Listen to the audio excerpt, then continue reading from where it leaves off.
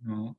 Entonces, de la primera ponencia no hay nadie, y de la tercera, de la cuarta tampoco. ¿No? ¿Estamos de acuerdo? De estilos diferenciales de producción y circulación de conocimiento, no hay ningún representante. ¿No? Alguien que esté Listo, con nombre entonces, cambiado. Y de cuenta en Más todo, satélite, tampoco. no veo Ok, más. bueno. ok, Bueno, bienvenidos todos a la segunda sesión de esta mesa. Faltan datos, usos, abusos y generación de datos útiles para políticas de CTI. Tuvimos una primera sesión a la mañana muy interesante con una diversidad de trabajos que nos habilitaron un inicio de discusión, porque los tiempos tampoco son para tener una gran discusión, que vamos a ver si continuamos ahora. Entonces, la ponencia que toca ahora, estando ausentes los primeros oradores, es la de Francisco Colazo Reyes, que se denomina El giro hacia los catálogos de actores humanos y no humanos como fuentes de apoyo a los estudios en historia de las ciencias. Francisco, tenés 15 minutos. Como faltó listo, gente, no puedo no ser tan estricto, listo. pero bueno, voy a ser estricto. Listo, bueno, pues gracias por el espacio. Y sí, es muy importante comentarles que no soy historiador de la ciencia, no soy sociólogo, y la mirada esta es desde la profesión de los que gestionamos recursos de información, desde la bibliometría, cienciometría. Entonces creo que es importante aclarar eso. Bueno, ¿qué vamos a ver? Antecedentes, sería un poco mostrarles muy rápido el Atlas Histórico de la Ciencia Mexicana. Luego entrar a lo que es la propuesta, que es la historiométrica, hablar ahí un poco de los actores humanos y no humanos y cómo en esta propuesta relacionamos, es decir, tejemos las relaciones entre estos. Se operacionalizan a través de los roles adquiridos. Luego hablaríamos de una aplicación específica que es en una comunidad muy pequeña que se conforma relacionada con el descubrimiento del eritronio y vanadio, que es el elemento 23 de la tabla periódica. De acuerdo a una versión historiométrica o gehistoriométrica, y luego mostraré dos catálogos que son los de los autores y las instituciones para mostrar todo esto que les comento. Bueno, el antecedente son los atlas de la ciencia. Es decir, nos decepcionamos de seguirle la pista al crecimiento a México y de hacerle el monitoreo de la producción científica, sus indicadores. Lo hicimos durante varios años, 30 años, pero acá quedaron plasmados en algunos atlas ya en esos años que ven ahí. Y pues no nos desesperamos por saber que nuestras revistas nunca iban a escalar esas escaleras del factor de impacto que nos dicen. La producción de México le decimos como está en una situación donde aspira al indicador 1, es decir, al indicador 1 de lo que sería los insumos en términos del Producto Interno Bruto. No pasamos del 0.5, aunque se promete siempre el 1. Las revistas no llegan al factor de impacto 1, es decir, la gran mayoría se mantienen por abajo y hay excepciones, pero cuando ya son contratadas con empresas editoriales comerciales. ¿Qué otro aspecto? Pues México está ahí al filo del 1% de la producción mundial, es decir, nunca ha crecido más allá. Tuvo momentos importantes, pero sin embargo sí partimos y problematizamos de que no es por estas escaleras por donde México va a poder aspirar a tener una participación mundial mayor. Y lo que hicimos entonces fue hacer una radiografía de la ciencia mexicana durante todo el siglo XX, es decir, aprovechamos un proyecto que se llama Century of Science, del Web of Science, que amplió su cobertura a partir del siglo XIX y nos pusimos a ver qué pasaba con la ciencia en México más atrás de los 80, que es a partir de donde hay indicadores bibliométricos. Y bueno, hay una serie de problemas. Entendimos que no se puede hacer bibliometría histórica con las metodologías, las teorías, los interpretantes que se utilizan para construir los indicadores de la ciencia contemporánea. Y fuimos comparando la producción de conocimientos local con la de los conocimientos en revistas internacionales, y si ven ahí la proyección ya a la altura ya de este año que se muestra ahí, empieza a ser mayor la producción publicada en revistas internacionales, pero esa información pues la sacamos del Web of Science. Entonces tenemos una radiografía de todos los indicadores de la ciencia mexicana del siglo XX, revistas, autores, divididos por ciencias naturales, sociales y humanidades, que es la clasificación que nos permiten las fuentes de información, en este caso el Web of Science. Están publicados estos resultados, pero también buscamos en lo que fue el siglo XIX, a través del catálogo de publicaciones científicas de la Royal Society, para saber cómo estaba la cobertura de América Latina. Y lo que encontramos fue esto, es decir, en el siglo XIX todavía el inglés no era hegemónico, y entonces aquí lo que pueden ver es el total de trabajos por país. Se puede explicar por qué tanta diferencia entre México y el resto de los países. El único país que tenía un representante en el Comité Internacional que participaba en la elaboración de este catálogo fue México. Entonces, pensamos que por eso la cobertura aquí es muy, muy diferente. Pero si se fijan, aunque no había hegemonía del inglés, en el siglo XIX, ya la mayoría de los países, hasta que tengo marcado en 20, en verde, perdón, estaban muy cerca del 50% y la mayoría por arriba del 50%. Destacan los casos de Argentina y Chile, que tenían el 75% en español y Chile el 58%. Creo que esta situación de Argentina sigue como predominando. En el caso de Brasil encontramos muy poco y solamente esto que dice otros, que es el idioma portugués.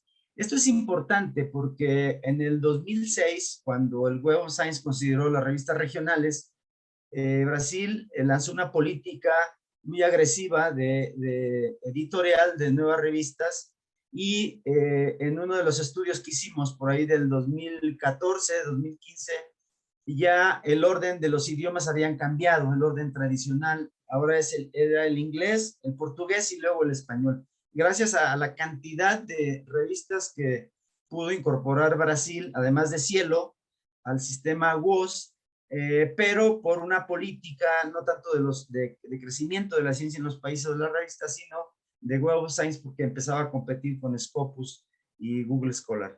Entonces, esta tablita da también la idea de cómo la ciencia de América Latina está ausente de los grandes índices, no solamente en el siglo XX, sino en el siglo XIX. Y bueno, empezamos a construir un atlas histórico de la ciencia mexicana sin ninguna planeación, es decir, solamente a partir de preguntas que nos hacíamos en el desarrollo de tesis, y actualmente cuenta con esta cantidad, es decir, del orden de 32,000 registros. Es importante aquí comentar que los trabajos son sobre México, entonces eso también es distinto a cómo es la forma canónica de recuperar la producción de un país. Solamente los que tienen adscripción al país se cuentan. Aquí no, aquí queremos recuperar cómo se conforman las comunidades, pero como ven ahí, las 2/3 partes de la producción de los países de América Latina la hacían autores europeos y norteamericanos. Entonces, es importante para recuperar la historia de la producción científica de un país, incorporar lo que se escribe sobre México, independientemente si lo hacen autores con adscripción o no al país, ¿no? Entonces, estos son los datos, digo, más relevantes. 6,000 trabajos encontramos que corresponden al siglo XIX, en comparación con los próximos a 1,000 que recuperamos del catálogo de la Royal Society. Y 25,000 pues son del siglo XX, 15,609 autores, 285 perfiles, 55% de estos nacidos en México y el resto en 60 países. Principalmente en estos países que muestro aquí, 2.095 revistas, 1.792 externas, locales y regionales. Es decir, sigue primando pues lo externo, ¿no? Y bueno, lo que partimos sí fue pues de problematizar. Hay muchas cosas que se pueden problematizar de los sistemas hegemónicos, impuestos, que han sido justamente que nacieron con este catálogo de la Royal Society. Y bueno, tienen y un poco más de 3 siglos operando, ¿no? Entonces todo el control, el acceso, la difusión de los recursos de información han funcionado como eso, como mecanismos de expansión de los territorios, las lenguas, los temas, los autores, la nomenclatura, las clasificaciones de este canon científico eurocéntrico y anglosajón. Entonces, en el siglo XIX, el catálogo de la Royal Society, en el siglo XX, Web of Science, y en el siglo XXI, Scopus, Google Scholar, Dimensions, son ejemplos muy destacados. No, es decir, la filosofía del tipo de recursos que nos permiten ver es la misma. La estructura y las formas de normar. Bueno, hay una corriente que se le llama así los mundos posibles, donde se trata de encontrar alternativas a un sistema, a este sistema que se consolidó y es hegemónico durante más de 3 siglos.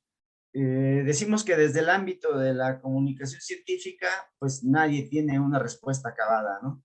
O sea, hay proyectos que se pueden inscribir en esta agenda de búsqueda de alternativas. En la propuesta del Atlas, incorporamos en un diseño de base de datos entidades, relaciones, dominios de información que proceden de diferentes esferas. La geográfica, además de la bibliográfica, la geográfica, la histórica y la social. Es decir, hacemos coincidir en un mismo espacio todos estos dominios de información que pensamos con propósitos de cruzarlos y que nos pueden ofrecer resultados distintos. Entonces, en este escenario, ha venido tomando forma la propuesta de escalar esta primera versión del Atlas Histórico de la Ciencia Mexicana, una concepción historiométrica.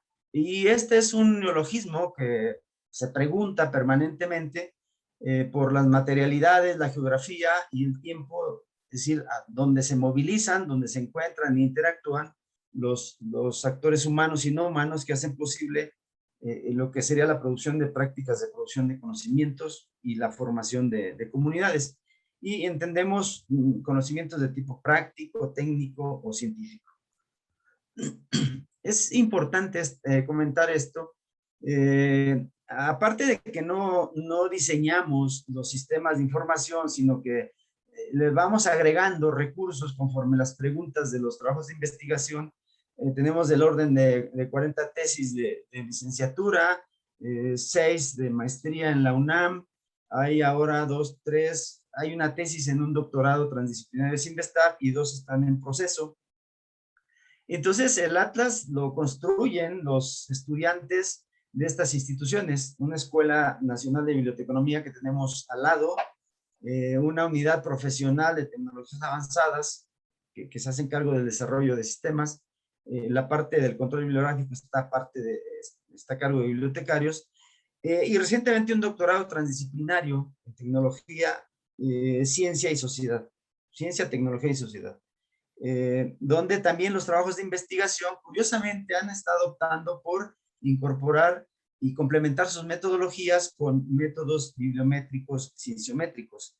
Y desde luego la colaboración con la Universidad de Antioquia, con la idea de construir un atlas histórico latinoamericano. Con Gabriel, su grupo, aquí en el doctorado transdisciplinario ha sido muy importante porque profesores y estudiantes hemos estado participando en muchas formas y nos hemos nutrido de profesores, sobre todo de sociología, de historia.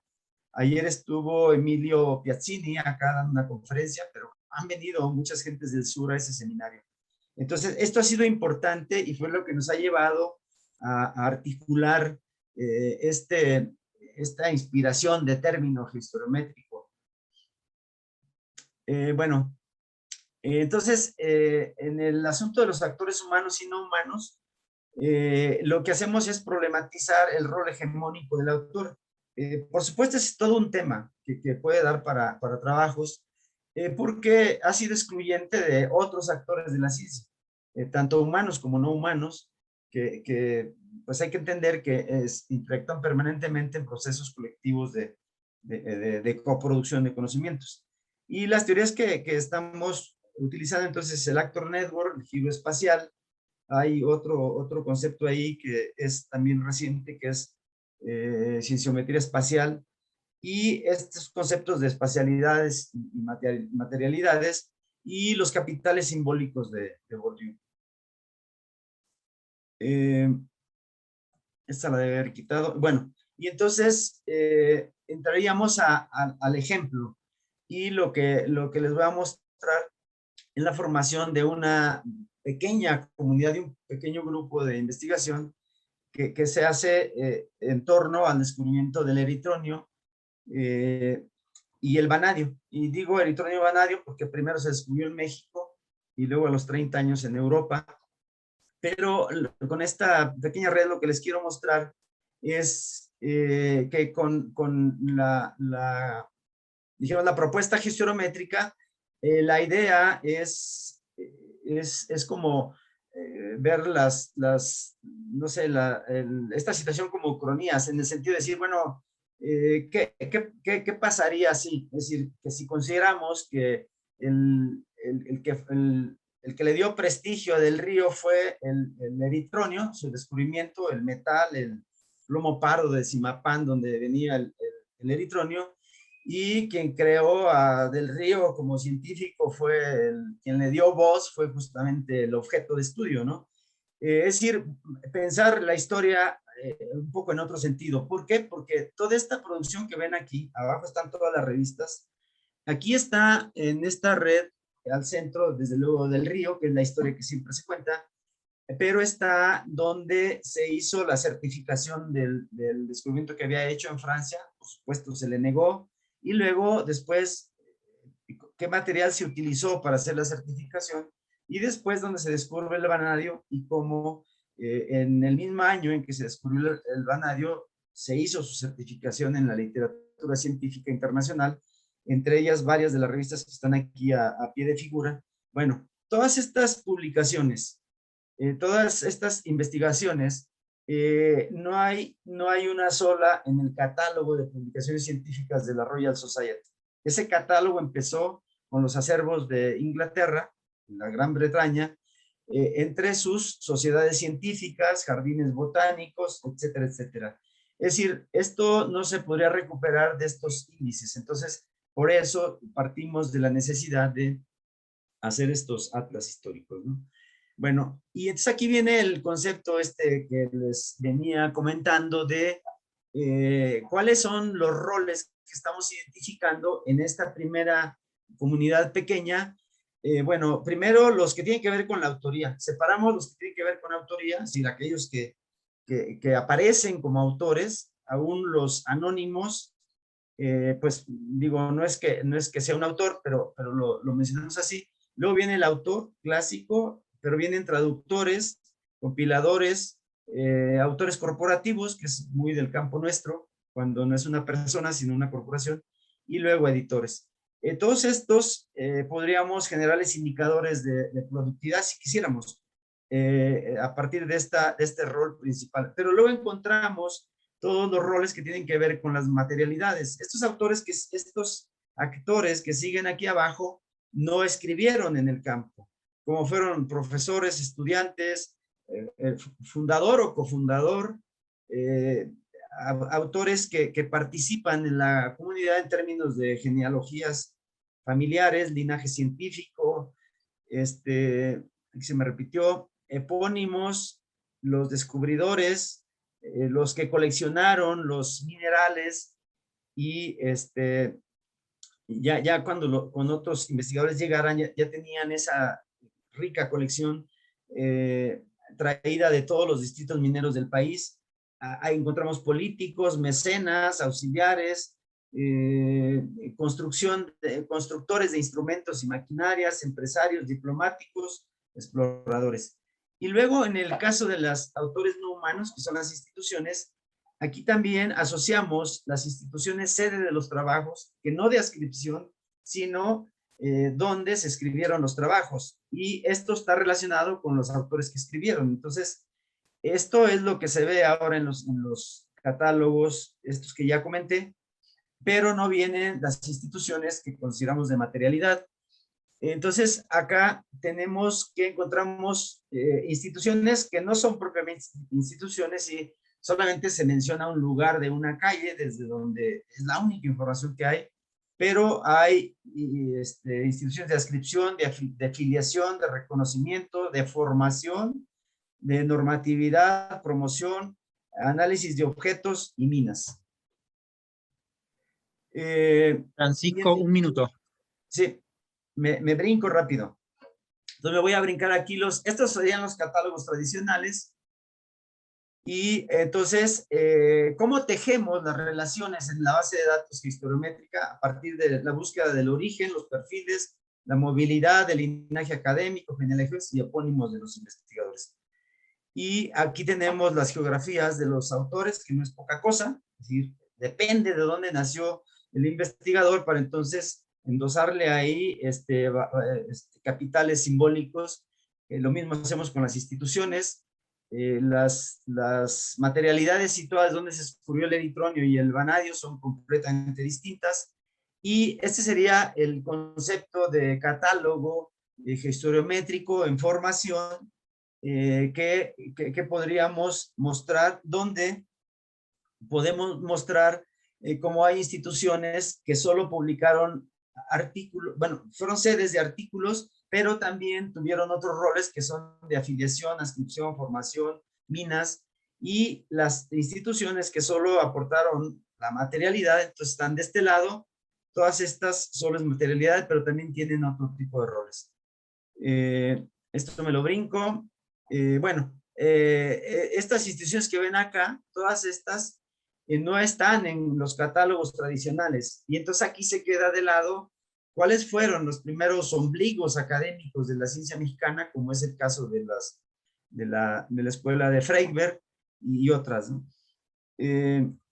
Este sería el catálogo historiométrico de los autores, actores humanos, donde están los autores que están del lado derecho, acá en el primer círculo, y luego autores que solo publicaron, autores que tuvieron otros roles, y a través de estos roles están relacionados con los autores que solo participaron con materialidades, donde están los fundadores, los profesores. Solo pusimos la primera generación de lo que es que estuvo en el Real Seminario de Mineralogía, y para mostrar cómo los primeros estudiantes después se convirtieron en los profesores, ¿no?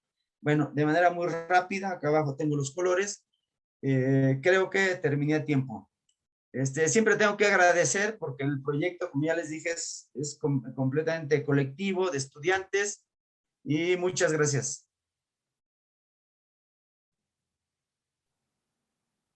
Gracias, Francisco. Muy interesante el trabajo. Abrimos unos minutos de preguntas. ¿Llegó alguno de los ponentes que no estaban al principio? Quizá está conectado con otro nombre, porque si no, tenemos unos minutos más para la discusión, las preguntas. No sé si hay alguna mano levantada. ¿Alguien tiene alguna consulta?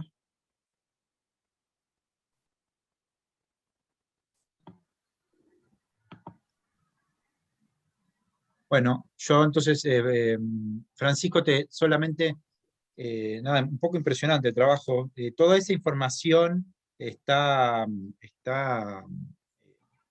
organizada en bases de datos, y esas bases de datos se puede acceder. ¿Cómo la tienen ustedes disponibilizada? Los datos que mostré de los 32,000 registros están disponibles en una primera versión del Atlas, que construye indicadores histórico-bibliométricos clásicos, como es la producción de autores, revistas, cantidad de trabajos por temas. Solo que con estos asuntos de la pandemia tenemos problema, conseguimos permisos para entrar a la institución, levantar el sitio, pero hay líos con la electricidad, entonces el sitio se nos cae permanentemente, pero sí están disponibles los recursos. Ujú. Bueno, después te voy a escribir porque me interesaría verlos y ver la estructura de la base de datos, cómo la armaron. ¿Okay? No sé si hay alguna otra pregunta. ¿Gloria? Hola, gracias Francisco Adelante. por la presentación. Me pareció bien interesante la posibilidad de abrir el espacio hacia las materialidades. Estaba pensando en la propia experiencia experimental del vanadio, si hay alguna tecnología específica de experimentación que haya transitado de alguna manera en estas alianzas entre lo que llamas no humanos de sedes, pero si existen como más en la lógica de la laboratorización, si Ajá. existe algún artefacto o alguna mezcla de que este laboratorio se configure y que haya viajado, o que se haya configurado en propio México, se haya adaptado, como la parte más material tecnológica del laboratorio, si encontraron algo. Ah, qué interesante.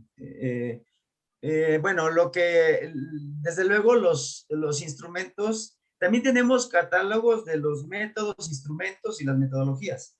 Y la red que vieron ustedes, mostramos cuáles fueron todos los procedimientos que se utilizaron en México para llegar a descubrir el eritronio, que se le llamó así, es decir, llegar a reducir un material de plomo pardo de una mina de Zimapán Hidalgo a cristales y luego a los cristales someterlos con un soplete para que revelan su especie de ADN, que es un código de colores, y esa misma metodología se utilizó en Europa.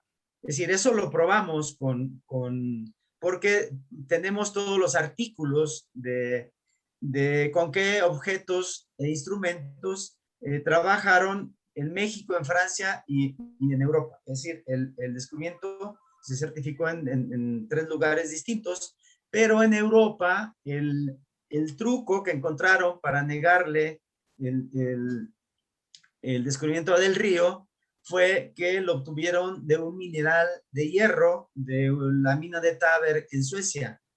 Pero no es circunstancial, o sea, en ese momento el laboratorio más importante del mundo era el de Berzelius, que es sueco, su alumno que descubrió el vanadio es sueco, y lo hizo en el laboratorio de Berzelius, es decir, en el epicentro del análisis químico.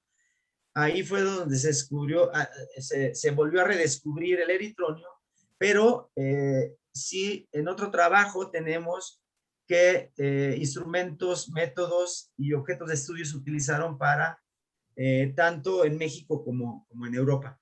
Entonces, no hay gran diferencia.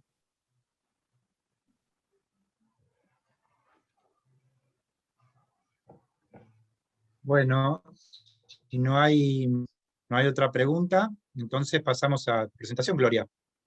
Porque, sí, la que sigue, Víctor Hugo Algarañá Soria y Maximiliano Salatino.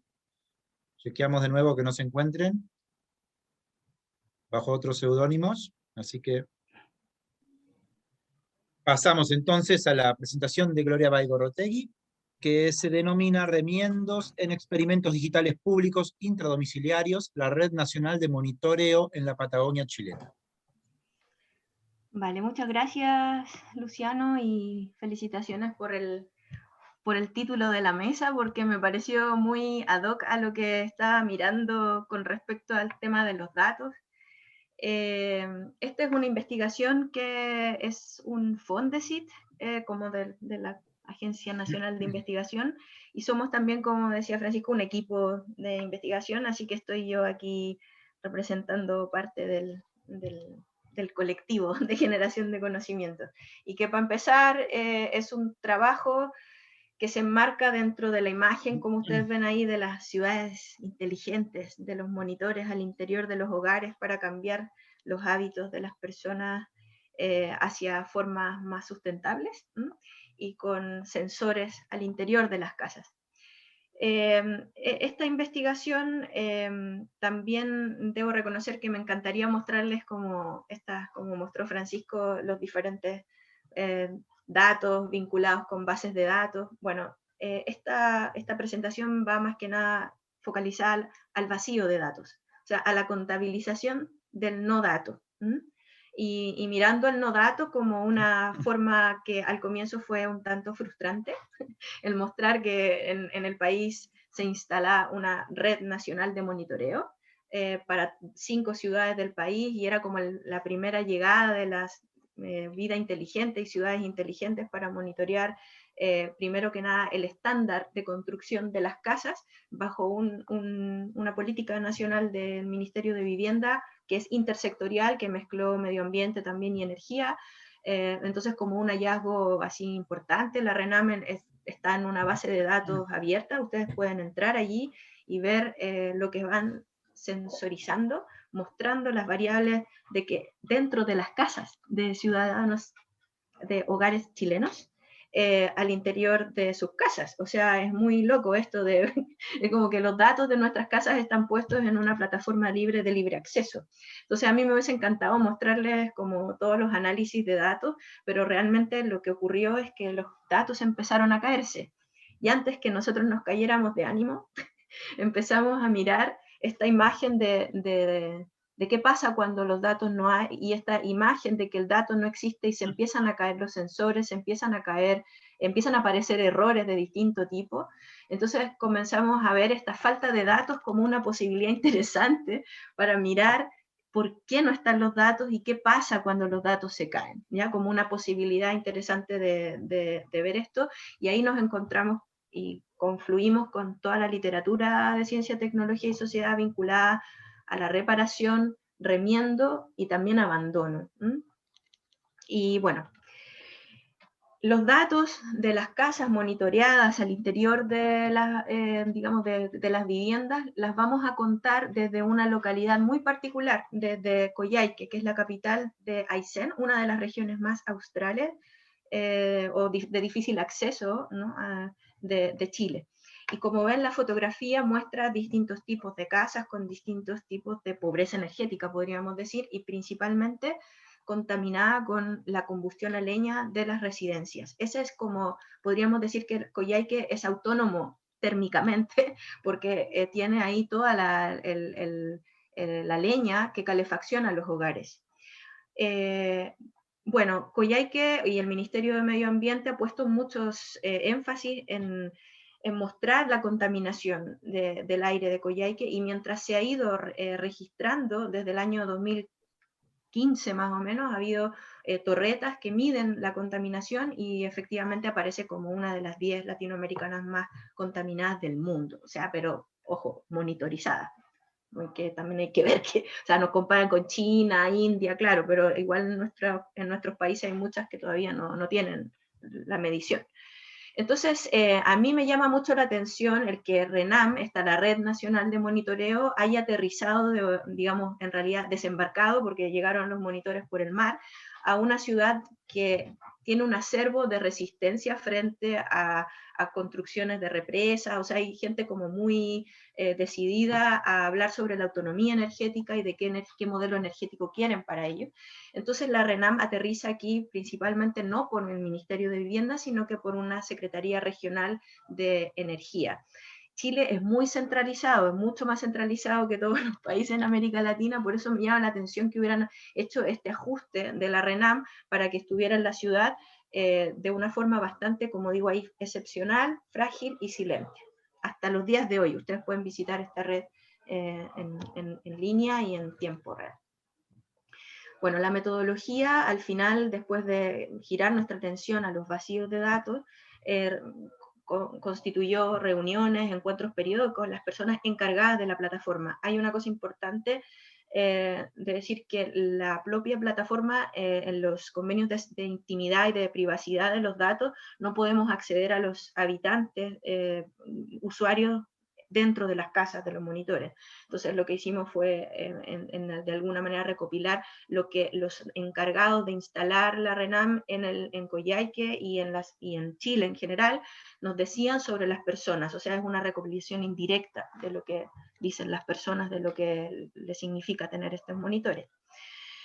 Luego también visitamos virtual y presencialmente los emplazamientos de donde estaban las viviendas. Coyhaique tiene una geomorfología particular donde los monitores muestran distintas temperaturas, humedades, y tienen monitores de 5 variables internas y 2 externas. Lo que miden dentro de las casas está muy vinculado a una idea de diseño urbano arquitectónico, de ver la casa como un objeto de estandarización de constructibilidad sustentable.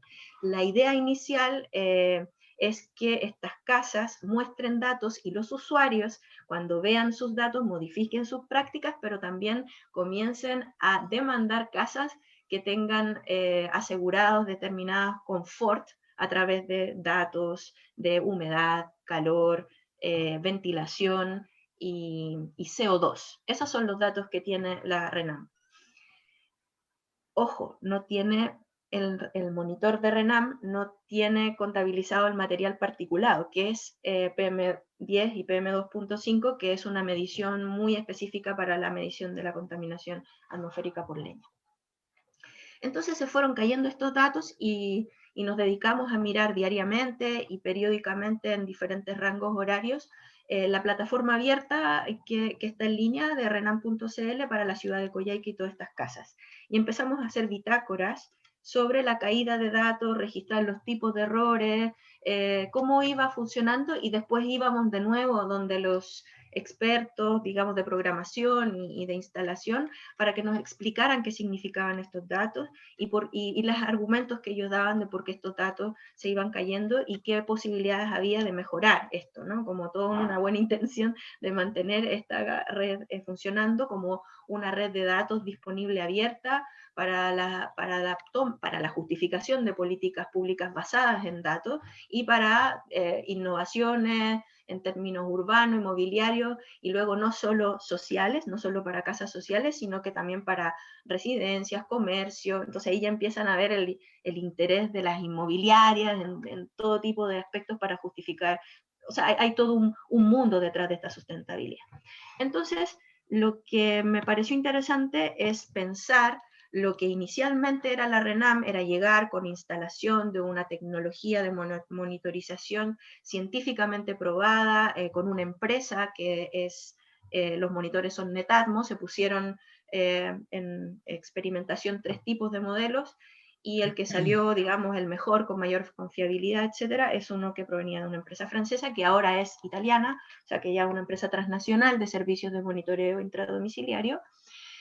Entonces, se muestra como una red que ya de alguna manera está estabilizada y que nosotros vamos a visitar y vamos a ver los datos. No obstante, dentro de nuestra literatura, lo primero que pensamos es en abrir esa caja negra de algo que parece como ya bien estabilizado, y antes de entrar en la discusión de la política y la contrapolítica de los datos, o sea, del control monitor gubernamental que puede hacer el Estado adentro de las casas, o por otro lado la subversión que pueden hacer los ciudadanos con sus datos que no están considerados por el Estado, antes de entrar en la política y la contrapolítica de los datos, nos parece interesante entrar a este otro espacio que son que estos monitores pueden agenciar cualquiera de estas políticas y contrapolíticas mientras haya conexión a Internet, los monitores funcionen y los datos estén fluyendo. Entonces entramos, antes de la discusión de la política y la contrapolítica, a mirar cómo es que se hace para que los datos estén, como dicen los informáticos, arriba, ¿no? Estén en las bases de datos. Entonces nos pareció interesante entrar en esto de la dimensión experimental y los procesos que hay de esta dimensión experimental en sus procesos de infraestructuración, o sea, como las infraestructuras que van más allá del propio lugar de la casa monitoreando. Y aquí hay temas muy importantes en la literatura sobre las negociaciones y sensibilidades cuando se trata de la intimidad de los hogares, o sea, esto de lo público y lo privado, ¿no? Lo otro es las temporalidades emergentes. Lo interesante de la experimentación en proyectos de ciencia y tecnología en la política pública, como para gobernar con datos, es el tema de la temporalidad, ¿no? Para unos el proyecto ya finalizó, para otros continúa, hay un tema de los atrasos, entonces los atrasos empiezan a poner en riesgo los propósitos iniciales del proyecto, entonces aparece la narrativa de lo experimental como algo que extiende los tiempos. Y lo otro son los famosos logros performativos, ¿no? Las afectaciones entre usuarios y artefactos, las políticas o las prácticas de conocimiento o saboteo local sobre determinadas formas de cómo aterriza el experimento allí, perdón, el proyecto nacional en un lugar. Y por último, evidentemente, el tema de la falta de datos y la creatividad que surge para salvar esto de que no estén. Hay un tema aquí que son literaturas del norte, de CTS del norte, que tienen que ver con esta idea de los monitoreos y los remiendos en los monitoreos. En realidad yo lo definí como remiendos, pero en inglés es más breakdowns. Pero siento que que hay una definición específica que propongo para entender el remiendo en el sentido de no es una reparación, es realmente un permitir que los datos se mantengan mientras se pueda y con la materialidad que se tenga, en espera de que venga otra alternativa mejor para mantenerlos a nivel de Big Data, con mejores bases de datos, etc. Ahora, en la literatura del norte se abre mucho la caja negra de la instalación de sistemas de monitoreo en términos de hacerlos ad hoc con las necesidades de la ciudadanía. Entonces es muy fácil ver cómo los que instalan, diseñan y ponen en marcha estos sistemas se hacen desde la perspectiva de la ciencia ciudadana. Entonces ahí, por lo menos en la literatura de Lara Houston y toda esta gente, hablan sobre los remiendos tanto para, primero, la conectividad en la infraestructura, o sea, cómo poner el monitor de tal manera que llegue la conexión en la casa, porque hay que ajustarlo y hay que ponerlo en determinada forma, y que además esté midiendo lo que la gente quiere que mida. Mucha gente en los ciudadanos quiere medir el ruido, la contaminación de una construcción al lado. O sea, hay varias cosas como la infraestructura de conexión se ve dinámica, no se ve fija ni dada. Lo otro son los sensores y las ecologías eléctricas, o sea, el propio artefacto de cómo está diseñado y que mida lo que tiene que medir. Y finalmente están los datos, o sea, qué restricciones materiales existen, los vacíos. Y aquí es muy interesante esta parte porque los datos claramente ven su materialidad alojados en bases de datos con determinada capacidad, y además las reacciones que hay ante anomalías, ante el creciente tamaño que aumenta de los datos y el tiempo que se tiene para la consulta. Entonces aquí los remiendos se conectan con decisiones sobre reparaciones y procesos de infraestructuración mayores. Entonces aquí la pregunta es quiénes lo han negociado y cómo es que aterriza, y ahí hay una foto de la contaminación de uno de los días de contaminación grande por leña en Coyhaique. Entonces aquí esta experiencia, esta forma de la Red Nacional de Monitorización no llega necesariamente, o sea, en el país es una iniciativa del Ministerio de Vivienda y Urbanismo, y la idea es mejorar, como ustedes ven ahí, yo creo que aquí no veo un poco lo que dice aquí, que en 2015 se propone instalar esta RENAM en 5 ciudades, que vayan escalando, cosa que luego se genere una masividad de monitorización en distintas ciudades con casas construidas en distinto año y con configuraciones socioeconómicas distintas, ¿vale? Para mirar la pobreza energética también al interior de casas en diferentes ciudades. Ahora, en Coyhaique la cosa, como les dije, aterrizó distinto. Se instalaron. La RENAM vino como un inserto dentro de otra política que era efectivamente la de mejorar la habitabilidad en las casas y el plan de descontaminación atmosférica de la ciudad. Por tanto, RENAM vino como de yapa, decimos en Chile, como que te dan un plus, ¿no? Que te dan un más, porque si tu casa tiene conexión a Internet, o sea, todas las casas que no tenían conexión a Internet se quedaron sin el monitor, y todos los que postularon para esta mejora de acondicionamiento térmico, y ojo, sacar los calefactores a leña. La cosa era sacar la leña. Entonces se reemplazaron estos calefactores y hubo de alguna manera varios proyectos de rehabilitación energética. Como ven, aquí el interés de la política pública de instalar estos monitores estaba muy vinculada a la idea arquitectónica de la casa como artefacto y de justificar políticas públicas, pero también de generar se supone, un mercado local de mejor habitabilidad y constructibilidad de estas viviendas, y por sobre todo que las personas empezaran a monitorizar qué pasaba si dejaban los calefactores a leña y ponían otras calefacciones al interior. En corto, la conectividad y la infraestructura en un diseño para todo el país en Coyhaique fue complejo, porque ya de lleno dejó fuera a mucha gente que no tenía conexión a internet, o sea, se generó una asimetría y una invisibilidad de todas las personas que no tienen conexión a internet en esta zona. Y por otro lado, para remendar de alguna manera las caídas y las bajadas, llamó la atención mucho que es una ciudad más pequeña, caminable, los profesionales de la política pública podían ir a las casas, visitar a la gente, había como un contacto cara a cara mucho más importante para mantener la conectividad y los monitores funcionando. Lo que sí, su diseño evidentemente estaba puesto de una vez, como estable, y la conectividad y la infraestructura de internet se concibió como dada, como que venía dada. Los sensores empezaron a mostrar su particularidad en el lugar. Son sensores, monitores, con estas variables que fueron presentados como los más robustos, con una confiabilidad del 5%, con pruebas de error menores al 5% del laboratorio, con una autocalibración semanal, o sea, como un monitor al cual no tienes que hacer mucha cosa. Nadie lo va a abrir para ninguna cuestión. O sea, se coloca ahí y se coloca a una altura determinada en un espacio de monitorización específico. O sea, ahí hay una idea de estandarización. Las personas que instalan los monitores en Coyhaique obedecen a los protocolos de instalación de todo el país, ¿vale? Esto también, o sea, no se da como algo que vaya a jugar teóricamente en un inicio. Ahora, ya instalados, los monitores empezaron a tener su accionar propio y empezaron a fallar, y particularmente fallaron los monitores externos cuando había menos de 10 grados. Uno podría pensar que igual en Francia no hay tanto frío, en las partes donde los diseñaron, pero la cosa es que los monitores empezaron a tener sus reacciones, y muchos de los monitores externos no funcionaban, y donde decían en Chile que tenía que ponerlo bajo un techito para que no le llegue el sol, aquí el techito es para que no le llegue la nieve. Entonces, como que otra dimensión súper distinta de la vida del monitor en el lugar. Lo más interesante de seguir esto a veces yo sentía que éramos nosotros nomás los que mirábamos la plataforma. Gloria, 2 minutos, discúlpame. Perfecto, gracias.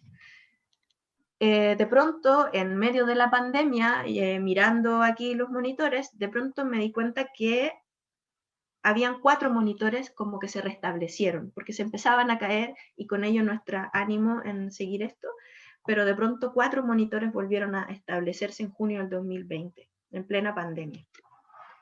Y eso fue muy interesante, porque cómo es que se repararon, e incluso uno de esos monitores fue a parar a la casa de uno de los responsables de la política pública, porque él también veía en esto una posibilidad de mantener el proyecto, y también personal, de mejorar de saber cómo estaba la habitabilidad de su casa. Finalmente, con respecto a los datos, los remiendos que se le dan a los datos, como les decía, el efecto de caída de datos no fue solo en Coyhaique, sino que en varias ciudades. Por otro lado, para visualizar los datos, venían de una plataforma de una empresa transnacional que es privada, entonces el gobierno de Chile compró ese servicio de monitorización a esta empresa, por tanto es alguien privado que tiene la base de datos de todas las personas voluntarias que actuaron allí, con ciertos protocolos de resguardo, ya les digo, pero hubo que hacer remiendos también para tener una plataforma de visualización que, por ejemplo, mostrase la georreferenciación del monitor desplazada en la georreferenciación, porque apenas ves en América Latina que, no sé, que el ruido interior de la casa es bajo y la temperatura es baja, puede que esa casa esté vacía y hay riesgos de robo en esos lugares, por ejemplo. Entonces hay muchas cosas en las cuales hay que tener cuidado de mantener esos datos, la intimidad de un hogar expuesto así en un espacio tan abierto. Si ustedes saben de alguna experiencia similar en otro país, se les agradecería mucho, pero yo siento que en muchos lugares esto sería impensable. Bueno, hubo muchos errores, como les comentaba, las caídas de datos fue de alguna manera ocultadas dentro de la plataforma de RENAM, porque lo que nosotros vemos en la plataforma que el gobierno dice, o sea, perdón, Fundación Chile, una empresa privada pública, diseñó para la visualización de datos, que lee la plataforma que viene desde Netatmo, que es la empresa europea transnacional. Entonces, esta idea de visualización muestra siempre a los monitores actuando, como que si no se cayeran los datos. Da una sensación de que siempre se está monitoreando, aunque cuando uno vaya a pinchar a cada casa, los datos no estén. Y por eso es la foto ahí de vivienda sin datos, porque no habían datos. Y bueno, que cuando les preguntas a las personas responsables de la política pública, bueno, aparte de la privacidad, ahí hay un temón que eso daría como para otra presentación. Pero lo que me llama la atención es que los responsables de la mantención de los monitores, apenas hay estos problemas, dicen, bueno, esto lo solucionamos en este caso con el Machine Learning, que son técnicas, claro, que mejoran la caída de datos, opacan las alarmas y particularmente la participación de usuarios, porque habrían mecanismos de recuperación de datos, ¿no? Entonces aquí lo importante es que las personas no metan las manos, que sean unas personas que estén ahí calladitos los monitores, que sea estándar, que nadie se meta. Entonces no es necesariamente una visión ciudadana de la monitorización y del aprendizaje, que los niños vean y registren, etc. Bueno, dentro de la literatura está esta idea del remiendo-reparación, como estrategias para Estamos remendar y en reparar. tiempo. Vale. Como para sintetizar todo este apertura hacia los no datos, creo que hay muchas cosas que se pueden reparar. Creo que lo que más nos puede servir a nosotros en términos de las conclusiones de nuestro proyecto como CTS es, antes de entrar al ejercicio de la autoridad o la subversión y la contrapolítica de los datos y la hegemonía, parar un poco y ver en estas acciones experimentales que ocurren en las roturas, en las desconexiones y en los vacíos de datos. Pensar aquí los estudios como parte de las experiencias de experimentación con las personas, usuarias, partícipes, también los propios monitores. Y lo otro es que empiezan a aparecer subjetividades interesantes de personas y colectivos responsables de la política pública, dispuestos a mantener los datos hablando a través de ellos. Y eso es muy loco, o sea, sentir que en el fondo, ¿qué es lo que estás cuidando? Si estás cuidando la salud de las personas o estás cuidando el estándar de las casas o estás cuidando tu trabajo, porque ese monitoreo tiene que estar arriba, ¿no? Ante cualquier situación. Y bueno, ante problemas ecológicos recalcitrantes como la contaminación atmosférica por quema de leña, la monitorización de las casas, en este caso sin incorporar las infraestructuras como contingente, puede preservar el orden previo y puede aumentar las asimetrías frente a quienes no tienen conexión y sus casas están, por ejemplo, en situación irregular. Eso. Muchas gracias. Ahí por si quieren contactarse. Bueno, muchas gracias Gloria. Tengo la mano levantada de Gabriel. ¿Sí? Yo también quisiera hacer una pregunta, por ahora esas dos. Solo un comentario frente a la presentación de Gloria y a la de Francisco, que lo propongo como un tema de debate, que yo creo que, aunque son temas muy distintos, hay un asunto que creo que es muy interesante y es precisamente que el asunto de los datos no es un problema técnico que tenemos que resolver únicamente, digamos, eso es como en la escala menor. Y me refiero a dos asuntos específicos, pues por ejemplo con Francisco, que hemos intentado también como pegarnos un poco al proyecto que tienen en México del Atlas. Uno de los principales problemas han sido los estándares, o sea, ¿cómo hacemos para generar un estándar común que nos permita construir una base de datos común? Y muchas veces por la información como la podemos conseguir es muy complicado generar ese tipo de... Entonces, por ejemplo, nos falta, pues aunque conocemos los estándares y todo eso, nos falta como aplicarlo a nuestro mundo, o sea, cómo hacemos para poder generar o utilizar estándares que en Latinoamérica pues nos permitan dialogar para hacer este tipo de investigaciones. Y lo segundo es con lo que plantea Gloria, que es un problema pues no similar, pero por ahí le va en algún proyecto que tenemos aquí en Medellín, pues en Colombia, que es era tratar de mirar cómo producir comunitariamente una especie de dispositivo de inteligencia artificial, o sea, con las comunidades mismas, a partir de los tipos de datos y de indicadores que ellos necesitaban para hacer planeación comunitaria y participativa. Y lo que nos dimos cuenta ahí es que teorizando y mirando y organizando, es que en realidad las ciencias sociales están quedando corticas con lo que estamos haciendo.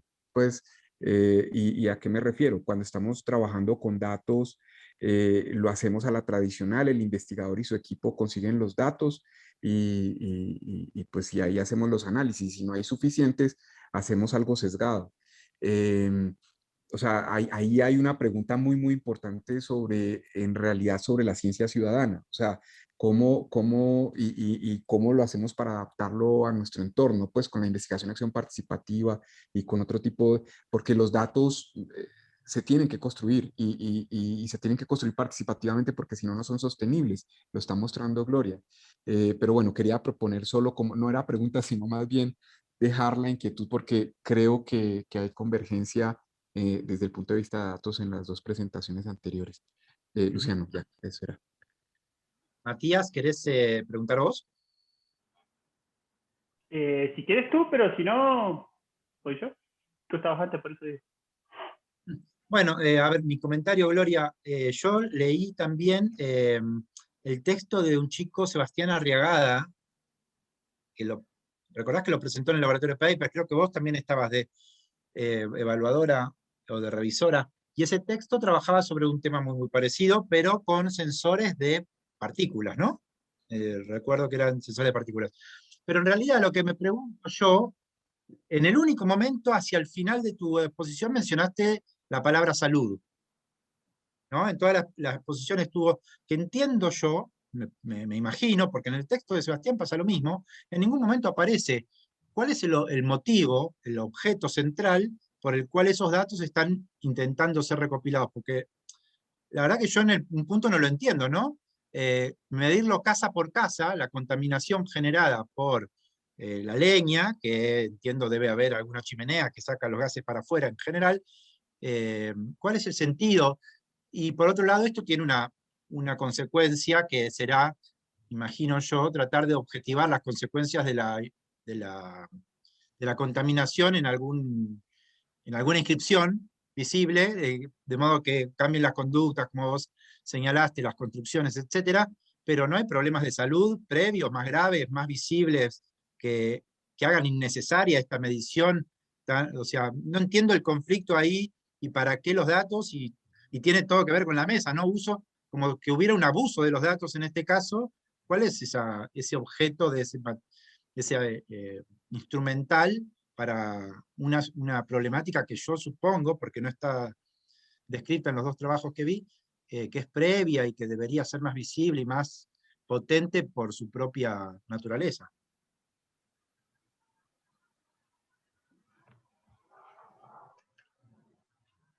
¿Contesto esas o seguimos con sí? Estás muteado, Luciano. Perdón, sí, queda después la de Matías para el final. Vale, perfecto.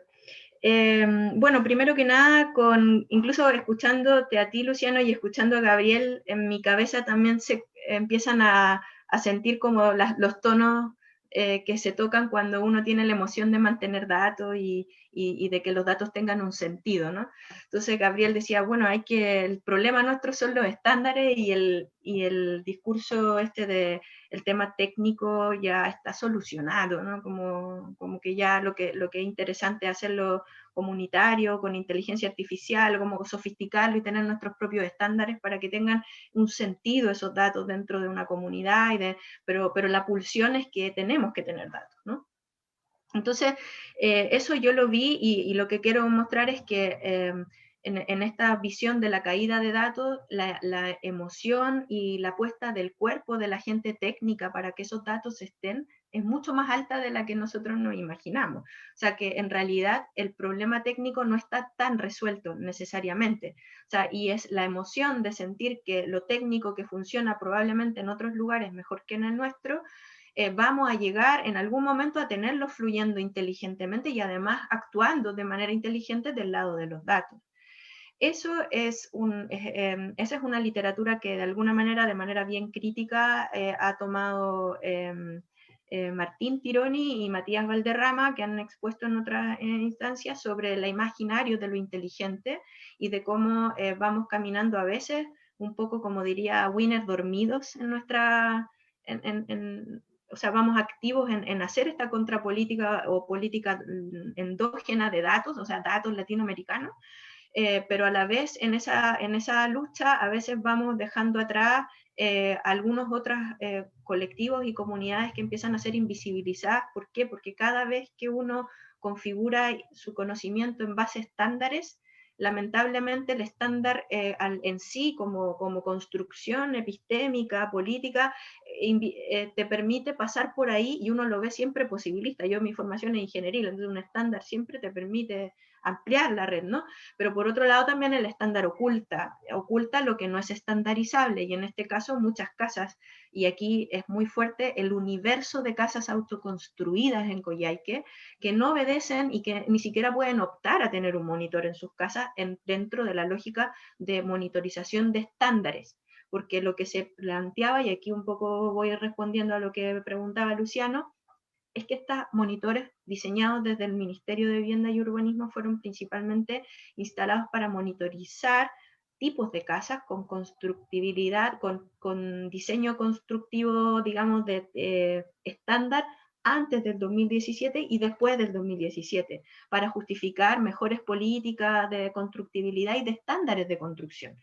Entonces, y en el fondo era medir y justificar políticas públicas para la mejora de estandarizaciones y dejarse de retórica y cosas, datos duros para justificar política pública. Pero a la vez, esto hacía que no pudieses ver el universo de casas autoconstruidas e informales y sin conexión a Wi-Fi dentro de las casas, como que en ese momento, al mismo momento que aspiras a la estandarización, estás ocultando otras cosas no estandarizables. Y ese es nuestro dilema constante, o sea, como quizás una cosa es seguir el estándar para aumentar una cosa, pero a la vez sin pensar cómo estás dejando muchas cosas fuera y muchas realidades fuera y aumentando las asimetrías por no mirar esos estándares. Quizás el escenario de las casas es algo bien distinto a lo de las investigaciones y como de los journals que presentaban previamente, de las revistas científicas, pero siento que ahí hay un tema que hay que tomarlo al mismo tiempo. O sea, no, es como ver el lado luminoso de la dataficación junto con el lado oscuro de la dataficación. O sea, que están coexistiendo todo el rato eso ahí, no se resuelve de una. Ahí como que hay que mantenerse con ese problema. Y en el caso de Luciano, si la intencionalidad fue la de las casas, de la constructibilidad y de tener un mejor estándar, lo cierto es que en la salud se ve, nosotros también entrevistamos a personas que hicieron experimentos, pero también financiados con política pública para el tema de hacer experiencias de monitorización y para que hubiera nuevos emprendedores, en este caso como para tener nuevas empresas de monitorización intradomiciliaria. Sin embargo, uno de ellos, que era ¿Qué respiras?, fue una iniciativa de la propia persona diseñadora de que el monitor hablase también de los pulmones de la gente, de la población afectada, de los viejos, de que las enfermeras. Entonces, el diseño del monitor incluyó la medición del material particulado, las diferencias socioeconómicas. En RENAM también, pero de una manera mucho más silente. Aquí lo que podemos decir es que predomina el guión de la ciencia basada en datos objetivos, pero que a la vez el monitor tiene que estar silente, las personas no tienen ni que abrirlo. Entonces ahí hay una estilización de uno de los guiones de lo que es hacer datos, que no, es mejor que no exista ningún tipo de participación, ni remiendo, ni de nada de la gente, porque lo que importa es mantener la calidad, ya la representatividad de esos datos. Hay varias variables que tienen que ver más que nada con la calidad de los datos en un análisis estadístico, pero siento que allí hay una tensión que está todo el rato de qué es lo que medimos, cómo medimos y qué cuidamos cuando medimos, porque así como Luciano se inquieta por el sentido de la instalación, a mí también me inquieta, porque no sabemos al final qué es lo que se está cuidando cuando se ponen estos datos así de esta manera y se construyen de esta forma. Y insisto, siento que lo técnico pareciera estar solucionado, pero en realidad no lo está en la práctica. Matías, Bueno, cortita, nada, yo quiero... estamos... Feliz. Bueno, Sí, voy rapidito, Luciano, yo sé que estamos con poco tiempo. Nada más felicitarte, Gloria, porque la verdad que me parece que has dado, o me has dado en todo caso, como material como para pensar ciertas cosas que con una sensibilidad muy bonita, digamos, muy fina. Me parece que es algo como que veo muy interesante en el trabajo que haces y me parece muy importante porque justamente ese punto de bueno, rubber hits the road, ¿no? Como este enganche, este enlace entre la realidad y los datos es donde hay una brecha a trabajar justamente, y es donde realmente a nosotros como latinoamericanos nos tiene que gustar pensar o ocuparnos. Particularmente tú decías experiencias, yo no sé si estén a la altura de lo que tú buscas, pero sí yo recuerdo a veces estando haciendo trabajo de campo en San Juan, en Caucete, estaban intentando montar en aquel momento una red inteligente, ¿no? Que de alguna manera tiene este mismo concepto, y creo que ese es un lugar donde por ahí puedes tener en tu radar otras experiencias de medidores inteligentes que tienen un poco algunas particularidades similares a lo que tú piensas y tienen un tipo de aplicación y un imaginario como mucho más direccionado. Quizás ahí como un benchmarking o un contraste te pueda servir. En relación a esto, bueno, ahí recuerdo algún intento que no sé cómo siguió, pero te lo menciono por si te puede servir. Una revista norteamericana que se llama Technology and Culture, habían hecho como un intento de giro desde la innovación al mantenimiento, ¿no? Entonces, como esta idea de pensar el mantenimiento como que lo que sostiene las infraestructuras y dejar de pensar que una vez que se innova eso se mantiene, parece que ahí tienes como una trama que está súper buena y súper interesante, y me parece que también si tú puedes seguir trabajando como la idea de los sensores en toda la cuestión de la industria 4.0, de la digitalización de las sociedades, etcétera, etcétera, ahí tiene muchísima aplicación, porque efectivamente van a bajar de precio, van a estar presentes cada vez más, pero si estas características de nuestras regiones, digamos, periféricas o no centrales o no hegemónicas, se mantienen, entonces tenemos como mucho para pensar de qué mundos imperfectos van a construir esos sensores, ¿no? Entonces me parece que ahí está súper interesante, y lo otro que me pareció que evoca también es la cuestión de la domótica, ¿no? Y ahí tienes como de vuelta lo mismo, ¿no? Van a bajar soluciones, digamos, estandarizadas desde fuera, van a tener problemas, digamos, de arraigo, y el concepto, digamos, como remiendo, que me hizo mucho sentido con lo que me comentaba la gente en Caucete, de cómo ellos estaban pensando sus redes inteligentes y por qué le decían inteligentes y hasta qué punto lo eran y no. Me parece muy interesante esa idea de remiendo, ¿no? Solo esto, gracias. Me dijiste cortito. Tengo la mano levantada de Pablo Kramer. Y ya respondes estas dos y pasamos a la siguiente. Bueno, ¿Pablo? hola Gloria, súper interesante Hola, tu presentación. Yo tengo solo una pregunta y juro que es breve. Simplemente volviendo un poco atrás en la literatura, recordando los viejos estudios de controversia y también los más recientes sobre posverdad o fake news y demás, sobre quién define en qué momento aquello que va a ser considerado como un dato, ¿no? En los viejos estudios de controversia, una vez que uno aceptaba qué cosa es un dato y qué cosa no, la controversia tendía a resolverse, porque justamente lo que estaba en juego es quién define qué cosa va a ser un dato y por lo tanto cuál va a ser lo que se llamaba el experimento crucial o aquello significativo en un momento determinado. Y que una vez que uno acepta que ciertas magnitudes, que ciertos observables, que ciertas entidades van a ser aceptadas como dato, bueno, el juego está jugado, ¿no? Y entonces a mí me interesaba, digamos, los procesos de negociación que van a dar por resultado aquello que va a ser luego, digamos, uno podría decir ex post, cuando uno lo analiza históricamente, o en su proceso de construcción, cuando lo analiza etnográficamente, qué cosa va a quedar establecida como dato y qué no. Porque si no, parece como si uno naturalizara que estas magnitudes son datos, y entonces discutamos su interpretación, en vez de pensar, bueno, esto puede o no ser un dato, según cierta configuración de actores y según cierto vínculo entre actores y el mundo natural, o el mundo construido, digamos. Ya, tan buenas muchas gracias por las preguntas. Bueno, primero quizás voy a ir primero con Pablo y luego con Matías, porque para como organizar un poco la conversata.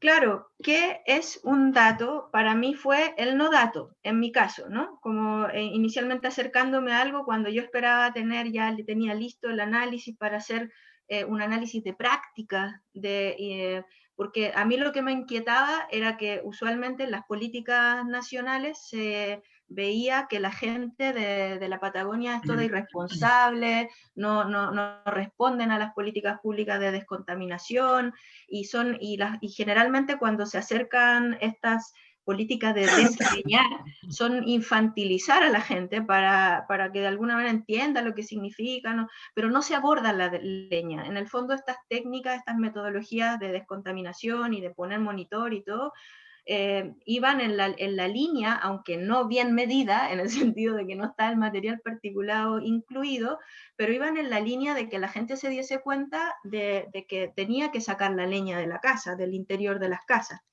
No obstante, empezaron a caerse porque empezó a no tener sentido y los datos que mostraban los monitores no eran datos, ¿no?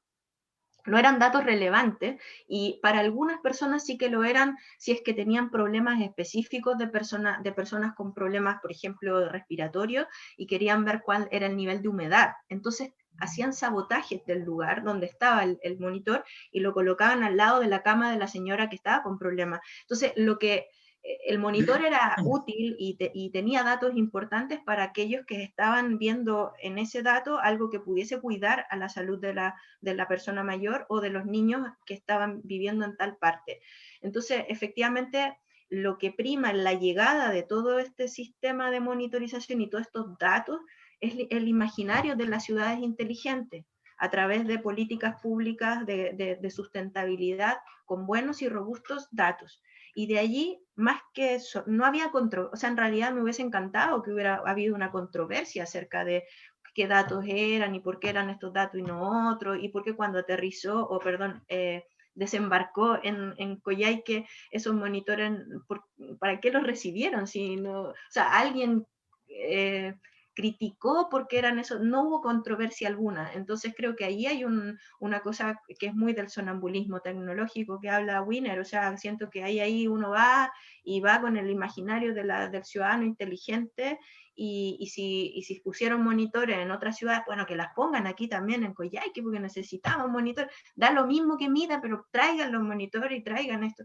Y luego yo siento que de alguna manera la construcción de este dato, en realidad esta investigación que está centrada en la investigación del no dato y de un poco lo que decía Matías de las reparaciones, las mantenciones, nosotros este proyecto de investigación tiene por un lado el tema de los monitores y en Coyhaique y todo este imaginario de los datos, pero lo vemos como una infraestructura de datos, ¿no? Como una infraestructura que se está creando, probablemente no va a terminar con RENAM, va a seguir porque es tanto el ímpetu de ser inteligente en la lógica de la inteligencia artificial, que esto no va a parar. O sea, es lo que yo visualizo, no creo que la gente renuncie a su capacidad de tener una ciudad y un monitoreo inteligente de todos lados.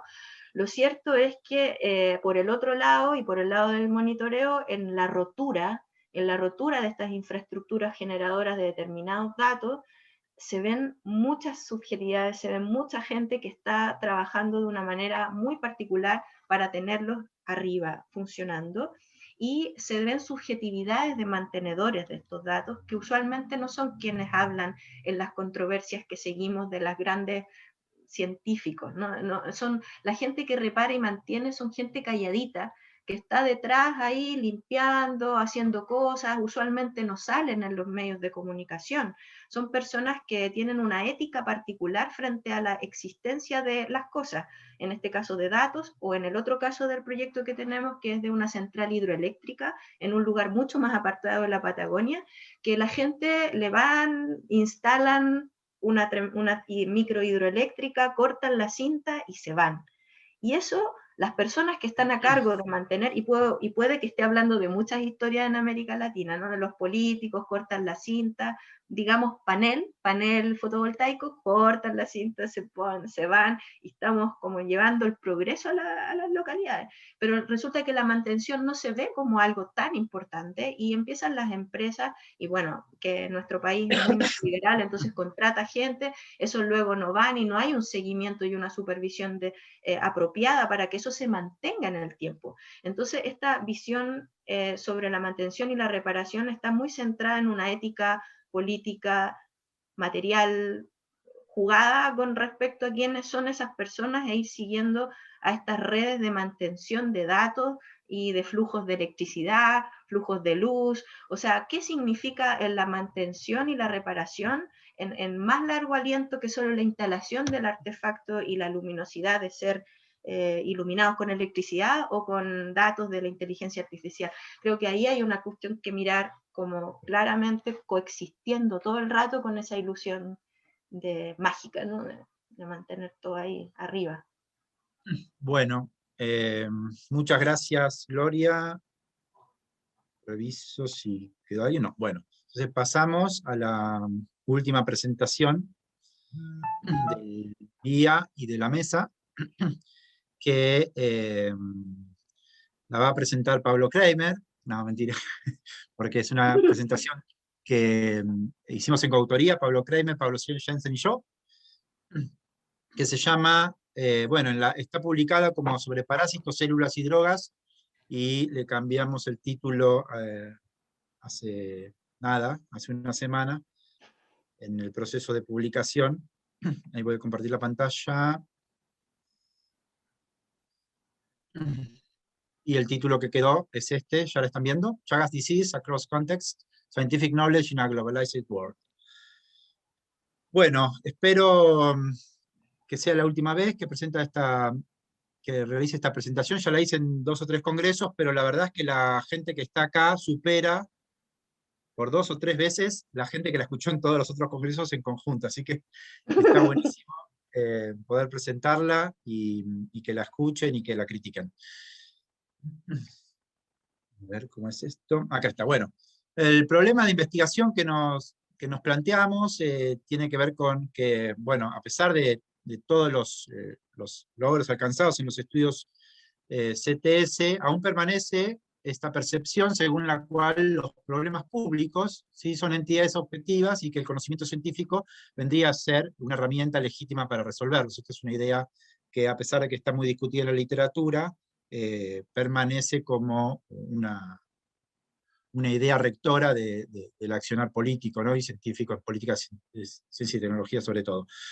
Sin embargo, sabemos que no hay un único cuerpo de conocimiento legítimo y que esté reconocido para intervenir. Muchos campos científicos o disciplinas construyen los problemas de diferente modo y compiten para imponer sus puntos de vista en la realidad pública. El Estado interviene, lo selecciona, y algunas de estas problematizaciones las plasma en políticas, pero aún cuando se intenta movilizar el conocimiento para atender a estos problemas, una gran parte de la dinámica de los campos científicos en los países periféricos se encuentra alineada con las agendas internacionales, en lugar de estar orientada, como sabemos, a las aplicaciones del conocimiento localmente situado, ¿no?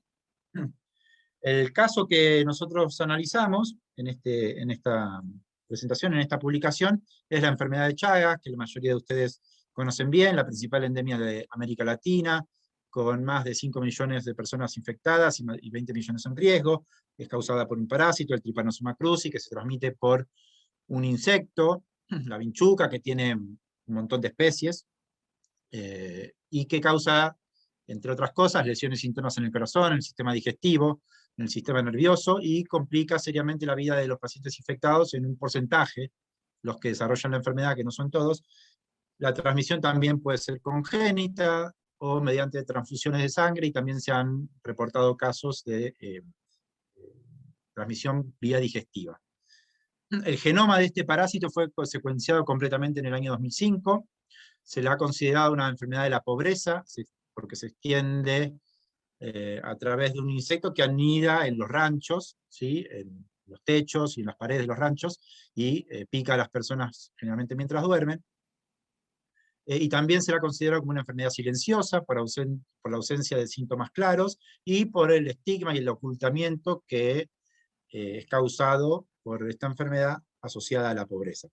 Solo hay un medicamento desarrollado para tratar a los enfermos, el Benidazol, que fue desarrollado en los años 60 por Roche, y tiene varios efectos secundarios, y su eficacia real en pacientes crónicos todavía se discute, aunque hay desarrollos para los niños recién nacidos con protocolos con este medicamento y algún otro.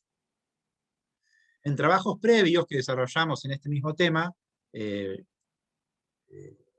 Pablo Kremer con Juan Pablo Zavala, trabajaron en la descripción histórica de la enfermedad de Chagas. También Pablo trabajó en el papel de los diferentes campos científicos en la imposición de la visión de cada uno de los campos en el espacio público, las distintas ficciones creadas en torno a la relación entre el conocimiento científico y los problemas sociales. Y ahora, en este trabajo particular, vamos a incorporar el análisis de los datos biométricos con el objetivo de obtener una comprensión más amplia de la dinámica de la producción del conocimiento científico sobre Chagas en todo el periodo posible que hemos podido registrar. La metodología que desarrollamos y diseñamos para trabajar con estos datos es la siguiente. Bueno, primero hubo una selección de papers que tomamos a partir de la Web of Science, y acá habría un primer tema para discutir en relación al tema de la mesa, que es el acceso, ¿no?, a esta base de datos, para lo cual tuvimos que recurrir a un colega radicado en Francia que nos dio acceso a estos datos, y siempre es complicado volver sobre estos datos para revisarlos, no hay acceso sencillo desde nuestro país. Allí hicimos una búsqueda hicimos varias pruebas hasta que llegamos a una búsqueda que satisfizo los criterios que buscábamos, y obtuvimos casi 21.000 artículos sobre Chagas en esa base de datos. Clusterizamos estos 21.000 artículos mediante un método que se denomina Bibliographic Coupling. Enseguida voy a explicar un poquito. Luego hicimos un estudio dinámico de estos datos en todo el periodo, estableciendo ventanas de un año para mirar la dinámica. Luego trabajamos en un proceso de etiquetado de cada uno de los clústeres, y luego realizamos entrevistas con informantes clave que nos ayudaron a interpretar el contenido de cada uno de estos clústeres, y luego intentamos algunas técnicas de visualización como las que vimos en la primera parte de la mesa en la mañana. El método de Bibliographic Coupling básicamente consiste en sustentar la hipótesis de que cada paper, cada trabajo, tiene una huella digital que son sus referencias bibliográficas. No existen dos papers con la misma lista de referencias, entonces se construye una ecuación de similaritud entre todo el conjunto de papers a medida que se van diferenciando en el listado de referencias posibles, ¿no? Entonces, con este conjunto de datos, luego se lo somete a un proceso de clusterización mediante algoritmos más o menos estandarizados, y se obtienen los diferentes conjuntos.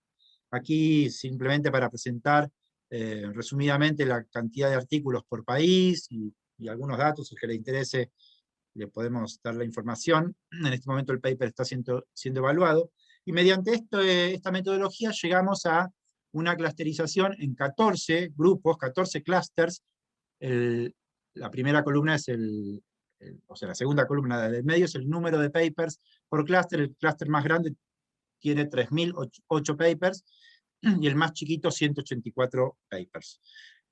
Esto es un ejemplo de cómo se organizó cómo organizamos la información de estos 21.000 artículos distribuidos en 14 clústeres. De cada uno de los clústeres extrajimos las palabras clave, las palabras de los títulos, las revistas en que fueron publicados esos papers, las instituciones, los países de los autores, las referencias, las revistas de las referencias y los subjects de Web of Science, en que esas revistas están categorizadas.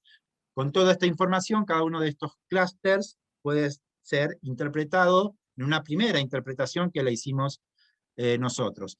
Y aquí voy a introducir uno de los otros temas que no está tan discutido en el paper y en el texto, pero que nos lleva a reflexionar, y que hemos presentado con Pablo Kramer un nuevo proyecto para trabajar en algunas de las líneas, de las pistas que permiten estos datos, y es que esta información no se organiza necesariamente en lo que conocemos como las disciplinas científicas o los campos científicos, ¿no? Esta metodología de bibliographic coupling, de clusterizar los papers a partir de las referencias bibliográficas, nosotros en un primer momento lo denominamos comunidades epistémicas, entendiendo que hay ahí una relación cognitiva entre los papers que se citan mutuamente, pero bueno, la verdad es que la interpretación de los clústeres nos permite ir bastante más allá, y hay clústeres que se organizan, sí, más disciplinariamente, hay otros clústeres que se organizan en torno a problemas más claros, o en formas en las que la enfermedad se manifiesta. Hay otros clústeres que se organizan en torno a metodologías, por ejemplo la PCR, o todo lo que fue el proyecto Genoma Humano. Y hay otros clústeres que se organizan en torno a una cuestión más histórica de las escuelas de investigación o los grupos, ¿no? Y bueno, entonces esta metodología de algún modo permite o nos brinda una forma de acceder a estas complejidades en las que se está organizando el conocimiento y poder empezar a interpretarlo. Aquí está, esta es una lista de los 14 clústeres que yo les mencionaba. Bueno, hubo todo un proceso de interpretación con esos metadatos que les mostré en la filmina anterior, más las entrevistas que hicimos con los especialistas, nos permitieron llegar a una descripción bastante completa de la información que contiene cada clúster, y esta descripción no se había hecho hasta el momento sobre la enfermedad de Chagas. Sabíamos que, por supuesto, que hay estudios sobre cardiología, sabíamos los estudios sobre genoma, sabíamos los estudios sobre el vector, y también los estudios sobre los parásitos a nivel molecular, en distintos niveles moleculares, pero la descripción en 14 clústeres hasta el momento no había sido realizada de esta forma. Estos clústeres luego hicimos un proceso, un análisis de componentes múltiples, para ver cómo se distribuían estos clústeres en distintas dimensiones, y lo comparamos con, lo superpusimos, digamos, con la distribución de los 14 clústeres, en este gráfico, con la distribución de países, para tratar de entender el perfil de investigación de cada uno de los países. ¿Sí? Entonces, superponiendo estos dos mapas, uno puede tratar de entender qué es lo que hace cada uno de estos países, es decir, cómo están representados dentro de estos 14 clústeres. Adicionalmente, algo que no está acá en las filminas, utilizamos unas 20 variables externas, que incluyen desde el PBI de cada uno de los países hasta su participación en los proyectos internacionales Genoma, número de investigadores por millón de habitantes, etcétera, etcétera, que también superpusimos en estos mapas, para tratar de entender, además del perfil de participación de los países en la investigación sobre Chagas, el perfil de ese país en la investigación en general, ¿no? Y tratar de armar de este modo perfiles, grupos de países. Estas son las variables que pensé que no lo había incluido. Estas variables externas que les mencionaba recién, hay un montón de otros datos, como por ejemplo también las disciplinas o los subjects clásicos de Web of Science, o sea, ¿qué dice Web of Science que están haciendo esas revistas? También lo superpusimos acá para tener una idea que nos ayude a interpretar toda esta información. Bueno, esta es simplemente una imagen para que vean cómo se fue desplegando esta información en el tiempo. Esto es de principio, bueno, no, al principio, ¿no? Los primeros papers que hay, hasta el 2019, y luego esta información está resumida acá según los 14 clústeres, de 1970 a la actualidad. ¿Cuál es la dinámica de cada uno de los clústeres? Bueno, por supuesto, cada clúster tiene una dinámica distinta, y algunos clústeres que tienen dinámicas similares, y esto responde a distintas cuestiones que no puedo explicar ahora por falta de tiempo, están descritas en el paper, pero que tienen que ver, por ejemplo, con el desarrollo de metodologías, con la aparición del proyecto Genoma de Trypanosoma cruzi, con el desarrollo de disciplinas que opacaron a otras disciplinas, etc. Hay un montón de explicaciones que permiten interpretar en cada uno de los clústeres la dinámica que tiene, también los procesos migratorios, la aparición de nuevos países en el contexto de la investigación sobre Chagas, que le dan más importancia a, por ejemplo, el diagnóstico o el testeo de la enfermedad versus el tratamiento, etc. Entonces, esta distribución, acá estoy un poco superponiendo lo que mostré arriba en esos 4 cuadrantes, los países, los clústeres y la interpretación de los clústeres, ¿no? Entonces, que nos permiten obtener los distintos perfiles, ¿sí? Un poco lo que pudimos ver es que la información se organiza a grandes rasgos en 4 grandes grupos de investigación: la investigación sobre drogas, que tiene está representada en 4 clústeres; la investigación sobre pacientes, que está organizada en 2 clústeres; la investigación sobre los parásitos, que es la más abundante, porque acá están el proyecto Genoma, por ejemplo, de Trypanosoma cruzi, toda la descripción de las proteínas y del ciclo de vida del parásito; y la investigación sobre el vector, que está en un solo clúster. Esta gráfica también nos permitiría entrar en una discusión bastante compleja, y que también fue dada en los textos cualitativos que mencionaba al principio, respecto de la relevancia y la importancia relativa que se le da a cada tipo de investigación, ¿no? Porque, por ejemplo, cuando uno lee la idea que la enfermedad de Chagas se debería combatir a partir de estrategias de fumigación, bueno, toda esa investigación que debería ser sobre el vector es la que menos representada está en la literatura científica. O la investigación sobre los pacientes y su tratamiento y la evolución de la enfermedad está subrepresentada respecto de la investigación sobre el parásito, que es más a nivel molecular y genómica. Qué lástima que en esta filmina no tengo los números, pero en el paper están publicados los números de cada uno de los colores para que se vea la magnitud relativa de estos grupos de investigación. Entonces llegamos así a una primera versión de 4 grupos de países que investigan sobre Chagas, pero que luego las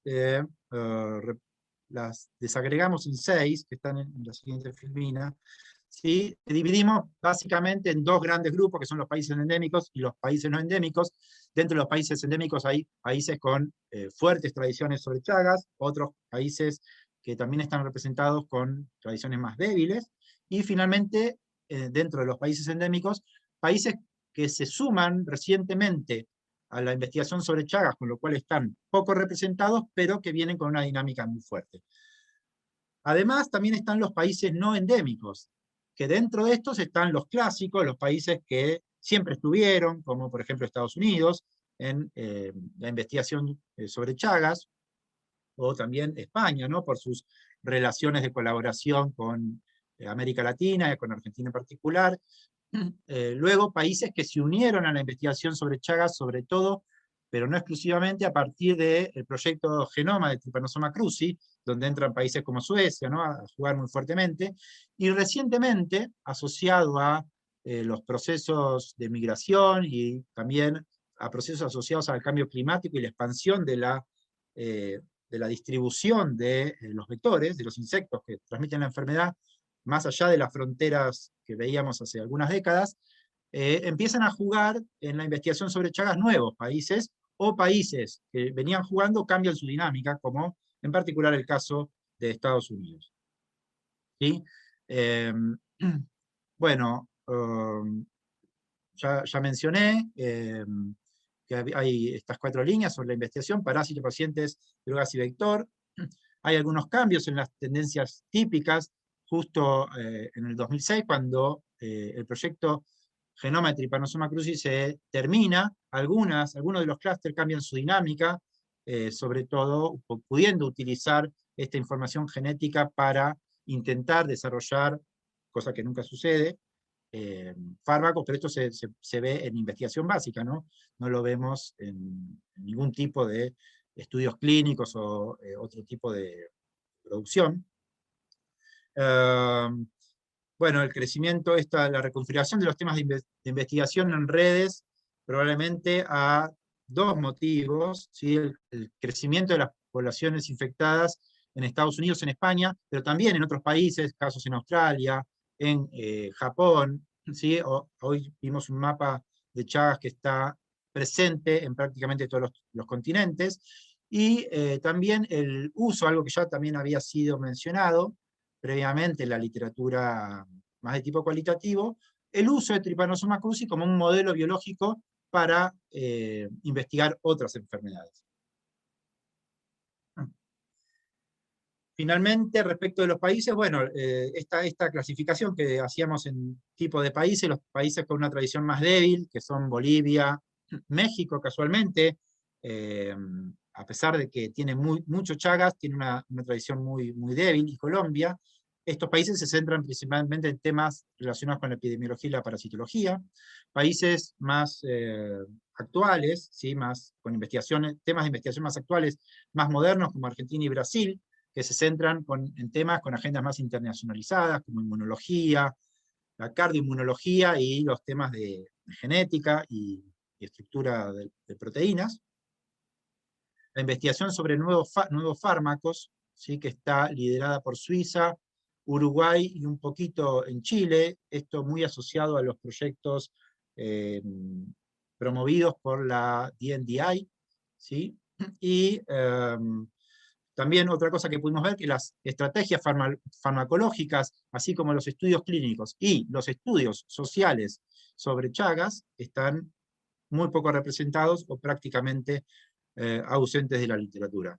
Tomando unas imágenes que Pablo ha mostrado en muchas presentaciones, esta ficción, a la izquierda tenemos la imagen de lo que es la representación molecular, digamos, del genoma de Trypanosoma cruzi, que representa la enfermedad de Chagas, en la pobreza y su manifestación en los ranchos y la forma de contagio, pero lo que nos permite ver estos datos, entre muchas otras cosas que valdría la pena discutir luego, es que la aparición y la globalización de Chagas hacia otros sectores del mundo nos permite repensar categorías como una enfermedad negada, ya no es tan negada porque está en muchos países, una enfermedad de la pobreza, bueno, no es una enfermedad de la pobreza tal como era antes por lo mismo, y una enfermedad rural, ¿no?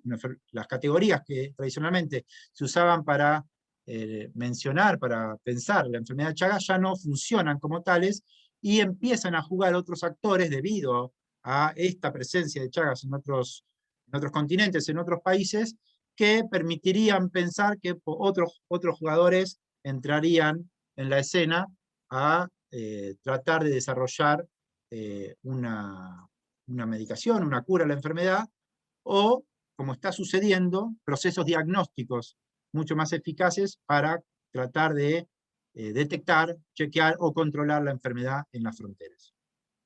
Muchas gracias.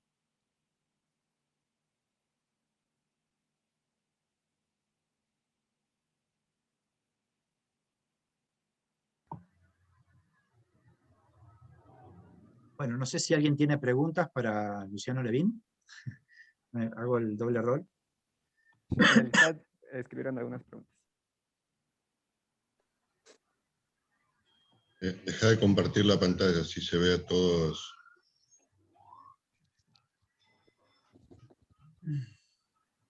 Ahí está. Igual una comentario, pregunta. Sí. Gloria, dale. Sí, que bueno, felicitaciones por el trabajo. Es como como que cada una de las cosas fueron como hallazgo y hallazgo y hallazgo, y como que de pronto se armó ahí lo de la comunidad epistémica, y luego lanzaron ahí un análisis geopolítico casi de las grandes transnacionales y de cómo la propia enfermedad ha sido cambiada, o sea, se ha dinamizado el carácter de la enfermedad también a partir de estos grupos de investigación. O sea, A mí me parece interesante lo que hablaron como el análisis de comunidad epistémica, como articulada frente a determinadas metodologías, determinadas preocupaciones. Esa noción de comunidades epistémicas, como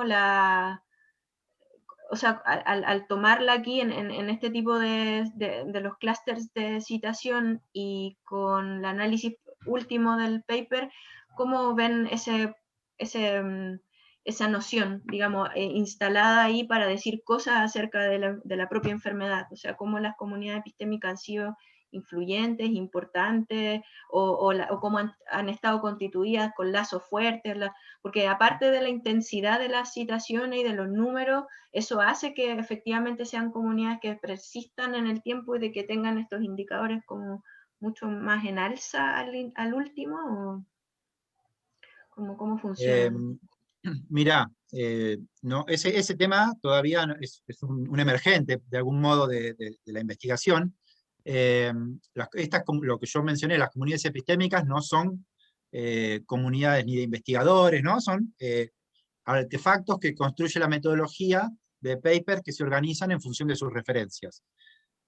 Buscamos un nombre para ponerle a eso y creo que al final no quedó ese nombre porque también fue criticado, pero era una de las ideas que teníamos, que eso funcionaba como una especie de comunidad epistémica, debido a que compartir las referencias permitía pensar que estaban trabajando más o menos sobre el mismo tema. Pero luego en el análisis, como mencioné rápidamente, pero eso es un trabajo que todavía no está hecho, y creo yo, Pablo tiene bastante más desarrollo en este tema, pero es el puntapié para los trabajos futuros, pensar cómo esta información permite, algo que hablábamos a la mañana, ¿no? Pensar distintas categorías para analizar la información científica. Como yo decía, mencionaba algunas, solo la investigación a partir de problemas, por un lado, ¿no? Bueno, todo el tema de la enfermedad cardíaca, ¿no? Que es un problema concreto, o las metodologías, ¿no? Cada uno de estos clústeres es multidisciplinario, tiene problemas en sí mismo, pero está representado alguno de sus aspectos más que otro, en alguno. Alguno es más problemático, y esto es algo que estamos pensando ahora, ¿no? No está resuelto. En algunos es más metodológico, en algunos se puede ver claramente más la tradición histórica y la impronta de los grupos de investigación, ya sea a nivel nacional o regional. Cada clúster tiene una manifestación distinta, y ahí vale la pena, donde vos pones la pregunta, el ojo, indagar más en estas categorías, porque no son homogéneas para todos los clústeres. Entonces, bueno, hay que ver qué nos permite decir esto en términos conceptuales. Es un desafío pensarlo. No sé, Pablo, si vos querés agregar algo. No, porque me parece que hay tres preguntas. Una de Bárbara en el chat, y una de Gabriel y otra de Eduardo. De pronto después podemos responder todo, pues si no se hace medio largo, ¿no? Dale. Sí, tengo algo que agregar a lo que decía Gloria, pero prefiero después, así por ahí juntamos. Bueno, Gabriel, no vi en qué orden lo levantaron, así que... Bueno, si quieren, es breve. Bueno, frente a los datos, muchas gracias por la presentación, está muy bonito el trabajo. Inclusive en las formas de visualización, pues hay unas cosas que nos dan algunas ideas interesantes. Lo que quería preguntar es sobre los datos. Pues ustedes están tomando Web of Science. Me gustaría ver una crítica de ustedes a eso, o sea, o sea, con todo este contexto, por ejemplo, ¿por qué no PubMed? ¿O por qué no, digamos, como otras bases de datos abiertas, inclusive conociendo lo que está pasando en Latinoamérica? Pues Argentina no tiene Web of Science, nosotros ya no vamos a tener Web of Science, o sea, el Web of Science va cada vez más para afuera, pues para afuera de nuestro entorno, no para afuera del mundo. Solo eso. Quería como escuchar su posición. Bien, gracias. Matías. Perdón, que lo tenía muteado. No, nomás, si podías comentar un poquito, si tenés información sobre el vector que hizo circular el Chagas en Estados Unidos particularmente, o en otras partes. Me hizo mucho eco con una experiencia que hubo en la Universidad de Cuenca con la cisticercosis, un grupo de investigación que se volvió muy importante a nivel global porque eran los únicos que manejaban, digamos, conocimientos sobre el cisticerco. Y cuando empezaron a ir migrantes a Estados Unidos, se empezó a contagiar gente de Upper East Side, de Nueva York, etcétera, etcétera, y eso se volvió un tema de agenda en Colombia, etcétera, etcétera. Y me parece que ahí puede ser algo muy interesante de explorar, porque me hizo eco un poquito con el trabajito que hizo Ismael Rafols y Ciarli sobre el arroz, ¿no? Como tratar de buscar otras fuentes como para construir una polifonía con los datos científicos. Solo eso, pero está muy bueno, gracias. Y Eduardo. Sí, Luciano y Pablo. Una pregunta es sobre la herramienta que utilizaron y si compararon con otras herramientas los resultados. Porque, bueno, yo insisto, este tema de las herramientas se han vuelto un poco complicado en el sentido de que les damos ese estatuto de fetiches.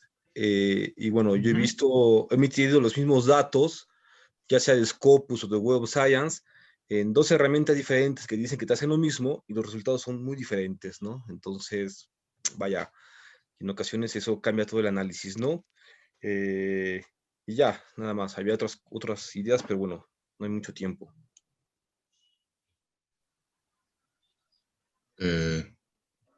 Vale. Entendí que preguntaste por Bárbara había preguntado por el chat, ¿cuál es el programa que ustedes procesan los datos para la investigación y si hay producción de publicación del paper? Bueno, ahora hay cuestiones técnicas que va a contestar Luciano. Yo quiero decir dos comentarios nomás, o tres. Ok, la herramienta, sí. Bueno, ¿querés vos? Dale. No, las técnicas, bueno, ¿por qué Web of Science y no otras bases de datos? Gabriel, en este caso las miramos. En ese momento, esta investigación la empezamos como por 2015.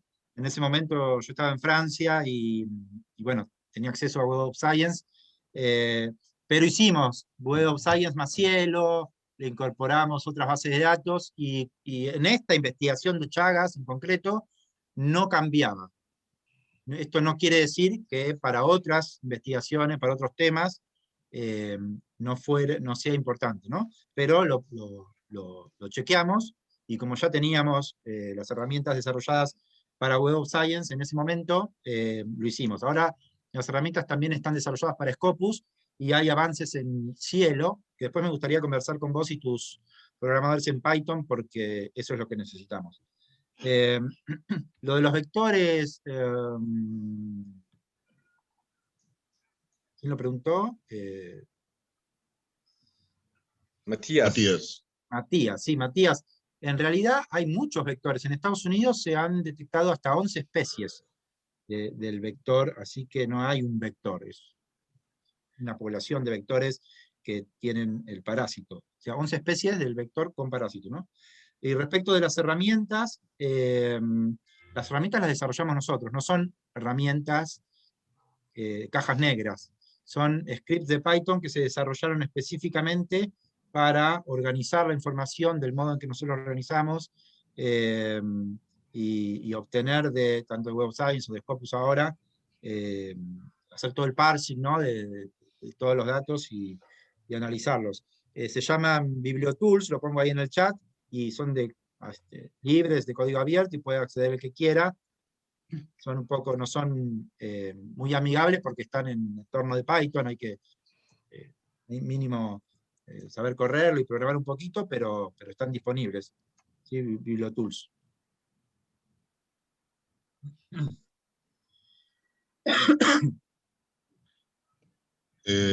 Yo quería comentar 2 o 3 cosas específicas. La primera, efectivamente, depende de la base que uno tome, los datos podrían modificarse. Como decía Luciano, en este caso, lo que tiene que ver con los campos que nosotros tomamos no se modifica sustancialmente.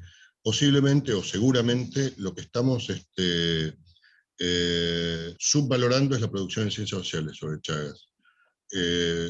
Producción en ciencias sociales que a menudo se publica en revistas con mucho menor indexación y que no estén siendo registradas, ¿no? Hay toda una larga tradición de antropología, de sociología rural. En la medida en que esto fue históricamente una enfermedad de pobres rurales, hubo mucha producción sobre Chagas, condiciones de vida, acceso a la salud y demás, que seguramente no estamos pudiendo registrar con la misma precisión. Eso es lo más probable. Pero en los otros campos, digamos, más de las ciencias duras, medicina y demás, los datos no se modificaban demasiado.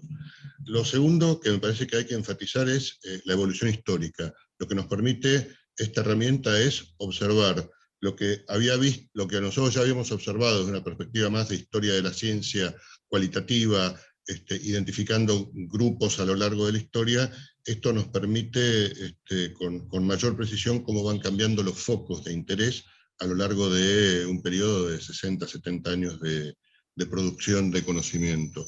Y correlativamente, y esto me parece que es importante, finalmente lo que entendemos por investigación no es lo mismo hace 70 años que hoy, pero tenemos que dar cuenta de que estamos hablando de objetos que se van modificando. Y entonces, como muy a menudo aquello que aparece como moderno va amplificándose en cantidad de producción, en visibilidad internacional y demás, pero que lo más moderno no necesariamente es aquello que va a ocuparse del problema social tal como fue definido. Entonces, este es un aspecto que habíamos tenido una aproximación cualitativa y que este método cualitativo nos permite comprobar. Lo segundo es que pudimos romper con algunas creencias que estaban firmemente establecidas. Primero, que Chagas era una enfermedad latinoamericana. Bueno, no es una enfermedad solamente latinoamericana. Es por vía de la globalización, por vía de las migraciones internacionales, Chagas, hay ahora una cierta cantidad de artículos que intentan dimensionar la enfermedad de Chagas en Europa. La enfermedad de Chagas en Estados Unidos ya es endémica, hace varias décadas, y entonces esta creencia de que Chagas era una enfermedad latinoamericana es lo primero que, el primer mito, digamos, que descubrimos que se derribaba, ¿no?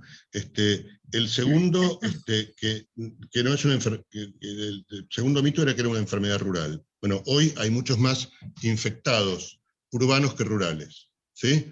Lo que cambia son las formas de transmisión, pero hay más enfermos en las periferias de las ciudades por vía de la migración rural-urbana, incluso por este proceso de migración hacia países desarrollados, donde se va convirtiendo en una enfermedad urbana más que rural.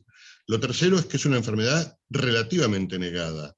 En la medida en que en los países centrales empieza a desarrollarse, por supuesto, nosotros encontramos que Estados Unidos es el primer productor mundial de artículos sobre Chagas, entendiendo todos los campos de conocimiento.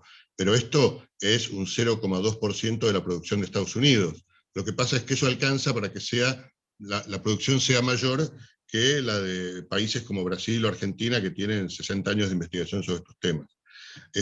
Lo que uno tendría que preguntarse es, bueno, ¿y por qué uno encuentra esta producción tan activa en países desarrollados? Y por qué se globaliza la investigación sobre Chagas. Y estas son preguntas que estamos intentando responder desde distintos lugares. Y lo otro es en relación con la organización temática, a diferencia de una buena cantidad de estudios, por ejemplo, en varios estudios similares, Leiderdorf, no lo hace Rafols y compañía, que no sé quién lo mencionaba, pero sí en muchos estudios bibliométricos de Leiderdorf y de gente de su escuela, toman las categorías de Web of Science como las categorías de organización temática. Y nosotros lo que hicimos es, de algún modo, deconstruir esas categorías para ver, bueno, cuáles son los temas emergentes y qué es lo que nos muestran. Yo sé que suena paradójico decirlo así, qué es lo que los datos nos muestran. Y los datos nos muestran que esas categorías explotan en el sentido en que no son relevantes de lo que observamos, sino que hay que utilizar otro tipo de categorías, y que las concentraciones temáticas se dan en otro lado. Y eso es lo que nos vuelve al punto de partida, que es en qué medida la concentración de investigación en los sectores, entre comillas, más modernos, tiene relación o no con el problema social tal como ese es definido por las sociedades latinoamericanas, que a pesar de todo siguen siendo aquellas donde la cuestión es mucho más acuciante, ¿no? Y entonces nos vuelve a poner, cuando Luciano pasó, en algún momento decía, bueno, el Trypanosoma cruzi es por lejos el que concentra la mayor atención, el parásito, ¿sí? El que concentra la mayor atención. El genoma del parásito está secuenciado desde hace 15 años. Había ahí una promesa, yo creo que Hugo Ferposi en otra sesión habló justamente de la promesa del genoma, del secuenciamiento del genoma, ¿no? Cuando se suponía que cuando uno tenía el genoma completo iba a tener acceso a un nivel superior de conocimiento. Y lo que eso después mostró a lo largo de 20 años, o al cabo de 20 años, es, bueno, el genoma es una colección de secuencias de ADN y no tiene una lógica superior. Uno no capta la esencia de lo humano, la esencia del bicho, en este caso, por tener el genoma. Pero esa promesa operaba de un modo muy, muy, muy fuerte. Y por otro lado, y esto es lo último, la capacidad a ver, ¿cómo decirlo? La capacidad de generar conocimiento en los sectores más modernos es aquello que permite tener una moneda de cambio internacional. Dicho de otro modo, insertarse en redes internacionales. Si uno trabaja sobre la cuestión de los ranchos o de las vinchucas o de los otros vectores que existen en otros países, esa inserción es más complicada. Cuando uno trabaja sobre problemas fundamentales, y básicamente el Trypanosoma cruzi va a ser tomado como un organismo modelo, como la Drosophila, o como la Arabidopsis, o como el Escherichia coli, como todos estos modelos, organismos modelo, que van a servir para mostrar problemas biológicos. Por ejemplo, regulación de la expresión de la expresión genética. Regulación de la expresión genética es un problema fundamental que uno puede tomar en un organismo modelo y extrapolarlo a otros organismos. Eso está alejadísimo de la capacidad de intervenir localmente sobre ese problema. Y esto es lo que, me parece, nuestra metodología nos permite mostrar.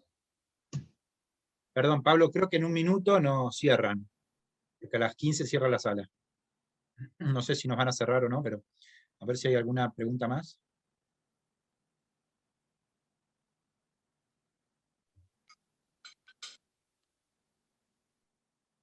En el chat.